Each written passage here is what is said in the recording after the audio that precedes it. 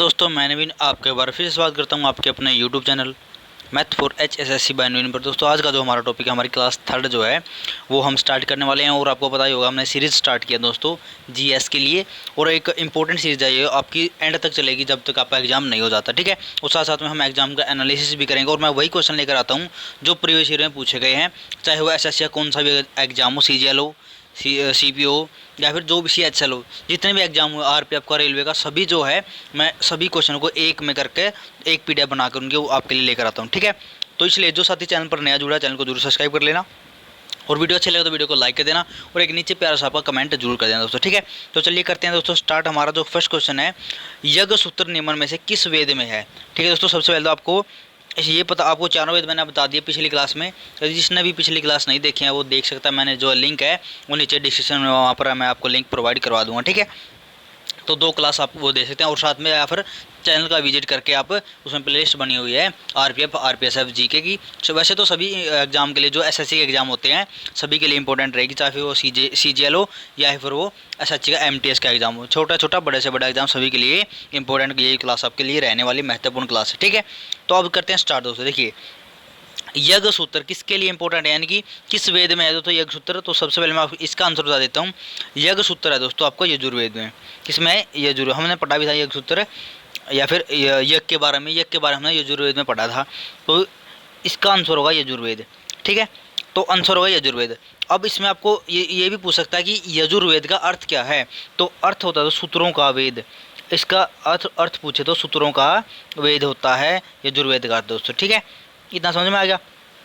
अब यदि और क्वेश्चन पूछ, अब क्या क्वेश्चन पूछ सकता है कि दोस्तों पहली बार 2 वर्ड थे आपके, राजसूय और वाजपेयी, 2 राजकीय समारोह थे, इनका उल्लेख कहाँ मिला है, यजुर्वेद में मिला है। पूछेंगे कि पहली बार राजसूय और वाजपेयी 2 राजकीय समारोह हैं, इनका उल्लेख पहली बार कहाँ मिला है, क्या किस वेद में मिला है, तो यजुर्वेद में। कौन कौन से? एक तो राजसूय है, राजसूय, और एक है दोस्तों वाजपेयी है, ठीक है, पे है। ये 2 समारोह होते थे, तो इनका भी जिक्र दोस्तों यजुर्वेद में मिलता है, ठीक है।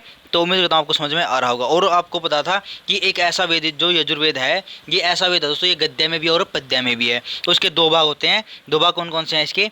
एक तो इसका भाग कृष्ण यजुर्वेद, और एक है इसका शुक्ल। हमने पढ़ाया भी था, ठीक है, लेकिन साथ में आपका रिवीजन भी हो जाएगा, इसलिए मैं आपको बार बार बता रहा हूँ। तो इसलिए दोस्तों आपको समझ में आ गया होगा। इसमें तो 2 भाग होते हैं यजुर्वेद, कौन कौन से? शुक्ल और कृष्ण। अब चलते हैं नेक्स्ट पर। इसका आंसर क्या होगा? यजुर्वेद होगा। इसका आंसर क्या होगा? यजुर्वेद, ठीक है। अब समझते हैं नेक्स्ट है, जुरासिक काल का माना गया पूरी तरह तैयार वृक्ष फोसिल कहाँ पाया गया, या फिर इसके अवशेष का वृक्ष फोसिल, इसके अवशेष दोस्तों कहाँ मिले हैं? तो इसके अवशेष मिला दोस्तों छत्तीसगढ़ में। कहाँ में मिले हैं इसके अवशेष? छत्तीसगढ़ में। और कब मिले थे छत्तीसगढ़ में इसके अवशेष? 2012 में। 2012 में इसके जो अवशेष, सॉरी दोस्तों, 2012 में छत्तीसगढ़ में इसके अवशेष मिले हैं। फोसिल्स क्या होता है दोस्तों? अवशेष होते हैं, फोसिल, ठीक है। 2012 में कहाँ पर मिले थे? छत्तीसगढ़ में भी कहाँ मिले थे? एक शक्करपुर गांव है दोस्तों, वो कहाँ है? रघुंजा में, सरगुंजा में, ठीक है। सरगुंजा नाम से कोई जिला होगा, उसका गाँव है सरगुंजा। जिला का क्या गाँव है? शक्करपुर गाँव है, ठीक है। शक्करपुर में दोस्तों इसके अवशेष जो है मिले हैं, शक्करपुर गाँव में। और इसमें दोस्तों और भी इससे अलग 6 जुआ समोर मिले हैं, इससे अलग 6 जुआ समोर मिले हैं इसी जिले में, छत्तीसगढ़ में, ठीक है। अब समझते हैं नेक्स्ट थर्ड क्वेश्चन, यानी इसका आंसर क्या होगा? छत्तीसगढ़ होगा। नेक्स्ट क्वेश्चन क्या है इसमें? सिंधु घाटी सभ्यता की लिपि क्या थी दोस्तों? लिपि क्या थी? हमने पढ़ भी रखा है कि लिपि इनकी अज्ञात, यानी कि भाव यदि पूछे तो अज्ञात पूछ ले, या फिर ऑप्शन में अज्ञात हो तो अज्ञात ला आपको लिख के आना है, या फिर आपको गोलदारा करके आना है, या फिर अज्ञात की जगह आपको क्लिक करके लेकर आना है।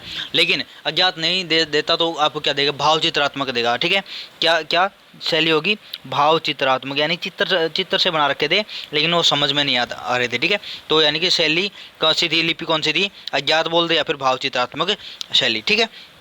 अगला क्वेश्चन क्या है दोस्तों? अगला क्वेश्चन है, निम्नलिखित में से कौन सी जनजातीय सभा सामान्य रूप से सरदार यानी मुखिया के चुनाव में शामिल होती थी? कौन सी होती दोस्तों?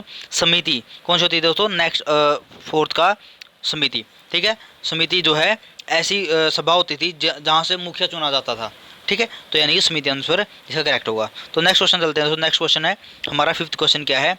उपनिषद शब्द का अर्थ क्या है? उपनिषद शब्द का शाब्दिक अर्थ, उपनिषद का अर्थ होता है बैठना, क्या? समीप बैठना, पास बैठना या समीप बैठना। अर्थात ब्रह्म विद्या प्राप्त करने के लिए गुरु के समीप बैठना, यानी कि विद्या प्राप्त करने के लिए गुरु के समीप बैठना ही उपनिषद कहलाता है दोस्तों। ठीक है, तो इसका ये अर्थ है पास बैठना उपनिषद। ये कई बार पूछा भी गया है, क्वेश्चन आपको जो है आना चाहिए। और अगला क्वेश्चन है दोस्तों, जो उपनिषद वाला क्वेश्चन है मैं आपको बता दूं, ये एसएससी सीएपीएफएस एसआई सीआईएसएफ और एएसआई में आया हुआ है। और ये कब कब आया हुआ है? 2014 में, 2016 में और 2018 में ये क्वेश्चन पूछा गया जो उपनिषद वाला है ये। ठीक है, और नेक्स्ट क्वेश्चन दोस्तों, आर्य जनजाति की प्राचीनतम बस्ती क्या कहते हैं उसे, या फिर क्या कहा जाता है? सप्त सिंधु क्या कहा जाता है उसे? क्या कहा जाता है? सप्त सिंधु। क्या बोलते हैं? सप्त सिंधु बोलते हैं। आर्यन जनजातियों की प्राचीनतम बस्ती क्या कहा जाता है? सप्त सिंधु। ठीक है, यदि पूछते हो दोस्तों आर्य, आर्य शब्द या फिर आर्य कहाँ से आए थे, तो आर्य आए थे दोस्तों मध्य एशिया से। किसने बताया? मैक्स मुलर ने बताया कि आर्य कहाँ से आए थे? मध्य एशिया से आर्य का आगमन हुआ था या फिर आए थे। ठीक है, अब देखिए दोस्तों, यदि हम पूछें कि ये बात कब की है, कब की बस्ती होगी, 1500 ईसा पूर्व की बात है। 1500 ईसा पूर्व में आर्यों की जो बस्ती, प्राचीन बस्ती कहाँ पर रहती थी? सप्त सिंधु। सप्त सिंधु का अर्थ क्या था? सप्त यानी कि 7 नदियाँ। ठीक है, सप्त नदियों, सप्त सिंधु का अर्थ है तो 7 नदियों का अक्षेत्र, या फिर हम इस अक्षेत्र को जहाँ पर आर्य जनजातियाँ रहती थी उसे हम ब्रह्मावर्त भी बोलते हैं। ब्रह्मावर्त भी बोलते हैं। और हरियाणा को किसी टाइम में ब्रह्मावर्त भी बोला जाता था। ठीक है, हरियाणा को भी बोलते थे ब्रह्मावर्त। ठीक है, और आर्यन जनजातियों का क्षेत्र क्या कहलाता था? ब्रह्मावर्त बोलते थे। ठीक है, इसी क्षेत्र को बोलते थे ब्रह्मावर्त। नेक्स्ट क्वेश्चन दोस्तों, अगला क्वेश्चन क्या है? सिंधु घाटी सभ्यता का गोदीवाड़ा। गोदीवाड़ा आपको समझते हो? गोदीवाड़ा मैंने पहले भी बता रखा था। गोदीवाड़ा बंदरगाह भी बोलते हैं इसे, गोदीवाड़ा को बंदरगाह भी है, बंदरगाह भी कह सकते हैं इसे। और आपके डॉकयार्ड, इंग्लिश में क्या बोलते हैं? डॉकयार्ड भी बोलते हैं। और दोस्तों ये कहाँ है? लोथल। लोथल है दोस्तों गुजरात में। लोथल में और क्या मिला है? लोथल में अनाज के साक्ष्य मिले हैं। और क्या मिला लोथल में?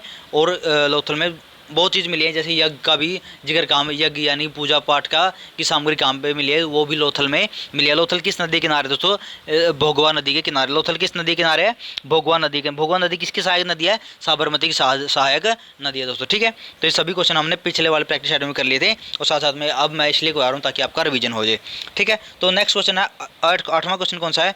कौन सा देश भारत से मोहनजोदड़ो से प्रसिद्ध नृत्यक कन्या की जो स्टैचू ऑफ डांसिंग गर्ल है दोस्तों, वो स्टैचू कौन मांग रहा है? तो मांगा है पाकिस्तान। ठीक है, किसने मांग की है? पाकिस्तान ने मांग की है कि ये मूर्ति हमें दी जाए, क्योंकि दोस्तों इस पे अधिकार 1946 से भारत का है, यानी 1946 से ही ये भारत सरकार के पास विद्यमान है। ये मूर्ति 1946 से ही भारत सरकार के पास विद्यमान है। और हाँ, इसकी लंबी कांस्य की मूर्ति है दोस्तों। किसी है? कांस्य की मूर्ति है ये। कि इसकी लंबाई है 10.8 सेंटीमीटर इसकी लंबाई है दोस्तों। लंबी कांस्य की मूर्ति है। 1946 से ही किसके पास है? भारत सरकार के पास है 1946 से ही। ठीक है, तो अब मांग इसकी, ये मांग शायद 2014 में, पता नहीं 2015 में पाकिस्तान ने की थी इसकी मांग। ठीक है, ये 2015 से या 2016 से ये मांग करा कि हमें ये मूर्ति दी जाए। ठीक है, क्योंकि ये मूर्ति कहाँ मिली थी? इन्हीं के क्षेत्र में मिली थी जो मोहनजोदड़ो और हड़प्पा सभ्यता है। क्योंकि ये जो ये क्षेत्र है दोस्तों अब ये पाकिस्तान में है, तो इसलिए पाकिस्तान मांग कर रहा है कि ये हमारे क्षेत्र में प्राप्त हुए तो हमें इसको लौटाया जाए। ठीक है, अब देखिए दोस्तों, नेक्स्ट क्वेश्चन है हमारा, सिंधु अर्थव्यवस्था की ताकत थी, यानी कि जो सिंधु घाटी सभ्यता थी दोस्तों, इसकी ताकत कौन थी? यानी किस पर डिपेंड करते थे ये? तो ये डिपेंड करते थे दोस्तों कृषि पर, यानी कि जो इनके व्यापार भी थे ना, या फिर जिनके जो काम धंधे थे वो भी कृषि से ही रिलेटेड थे। ठीक है, तो यानी कि कृषि इनकी क्या थी? रीढ़ की हड्डी थी। ठीक है, ये दोस्तों लकड़ी के हलों का प्रयोग करते थे, और इनमें जो मुख्य फसल होती थी वो गेहूं और जौ होती थी। ठीक है, और सबसे पहले फसल होती थी जौ। पहले जौ, सबसे पहली फसल कौन सी होती थी? जौ। ठीक है, और जौ को यव भी बोलते थे। क्या बोलते हैं? यव। जौ क्या बोलते हैं? यव। और इसकी 2 किस्में होती थी दोस्तों। किस्म कितनी होती? 2 किस्में। 2 किस्में यव की या फिर जौ की होती थी। ठीक है, और अब नेक्स्ट क्वेश्चन हमारा कि महाभारत का प्रारंभिक नाम क्या था? तो दोस्तों प्रारंभिक नाम था महाभारत का जय संहिता। सबसे पहले जय संहिता नाम था, जब महाभारत का जय संहिता नाम था दोस्तों, तब महाभारत में 8800 श्लोक थे। कितने श्लोक थे? 8800 श्लोक थे। ठीक है, जब इसका नाम जब महाभारत का नाम जय संहिता था। तो महाभारत की रचना किसने की थी? वेद व्यास जी ने। या फिर या जय संहिता नाम किसने रखा था? वेद व्यास जी ने। वेद व्यास जी ने महाभारत, जो महाभारत है, जो अब हम महाभारत नाम से जानते हैं उसे, तो उसका नाम जो किसने रखा था? जय संहिता वेद व्यास जी ने रखा था। ठीक है, तो 88 तो इसमें श्लोक थे, लेकिन अब इसमें दोस्तों 1 लाख से ज़्यादा श्लोक हैं। 1 लाख से ज़्यादा श्लोक हैं, इसलिए इसका नाम क्या पड़ गया? महाभारत भार्त पड़ गया। ठीक है, गणेश द्वारा लिखे गए श्लोक को जय कहते हैं। ठीक है, यानी कि आपने पता होगा, आपने कहीं पर देखा भी होगा कि जो महाभारत किसने लिखी थी, मतलब जो गणेश जी अपना दांत भी तोड़ देते हैं, दांत के साथ लिख देते हैं, तो जो गणेश द्वारा श्लोक लिखे गए थे, गणेश जी द्वारा जो श्लोक लिखे गए थे उनको बोलते हैं दोस्तों जय। क्या बोलते थे उनको? जय बोलते थे। ठीक है, जो गणेश जी द्वारा श्लोक लिखे गए थे। ठीक है दोस्तों, उम्मीद करता हूँ आपको वीडियो अच्छी लगी होगी, समझ में आई होगी। तो जो भी साथी नया जुड़ा है उनसे रिक्वेस्ट है मेरी, आप प्लीज़ चैनल को सब्सक्राइब कर दे। बहुत मेहनत लगती है दोस्तों, बहुत मेहनत लगती है पीडीएफ बनाने में। ठीक है, और साथ साथ में अब मैंने पता मतलब अब जो नेक्स्ट मैं पीडीएफ लेकर आऊँगा, अब साथ में आपकी पीडीएफ के साथ साथ आपके चित्र भी होंगे, शायद आपको जो है उसमें मेमोराइज करने में या याद करने में भी आपके लिए सहायक होंगे वो। ठीक है, तो साथ साथ में चलचित्र भी साथ में लेकर आऊँगा, तो वह उससे देखकर आप जो अंदाज़ा लगा सकते हो। ठीक है, तो उम्मीद करता हूँ दोस्तों वीडियो अच्छी लगी होगी, समझ में आई होगी। जो साथी चैनल पर नया जुड़ा है प्लीज़ चैनल को सब्सक्राइब कर दे, और ये सीरीज़ हम लगातार चलाते रहेंगे, और ये सीरीज़ ऐसे ही चलती रहेगी आरपीएफ का एग्जाम तक, सीजीएल का एग्जाम तक। ठीक है, और मैं जो क्वेश्चन पेपर लेकर आता हूँ या फिर जो प्रैक्टिस सेट लेकर आता हूँ या फिर जो क्लास लेकर आता हूँ, ये क्लास दोस्तों प्रीवियस ईयर क्वेश्चन की है, और बहुत मेहनत से बहुत अलग अलग किताबों से उठाकर ये इन क्वेश्चनों को मैं एक पीडीएफ में उतारता हूँ और फिर मैं आपको एक्सप्लेन करता हूँ। ठीक है, तो मेरी बहुत मेहनत लगती है, और यदि आपको मेरी मेहनत अच्छी लगे तो प्लीज़ वीडियो को लाइक कर देना और एक प्यारा सा आपका कमेंट छोड़ देना कि सर आप में ये कमी है, ये अपनी ये कमी सुधारो। और ये आपको क्लास अच्छी लगे तो क्लास को जो है शेयर जरूर कर देना। मिलते हैं अगले वीडियो में, तब तक के लिए धन्यवाद। जय हिंद सभी साथियों को, राम राम।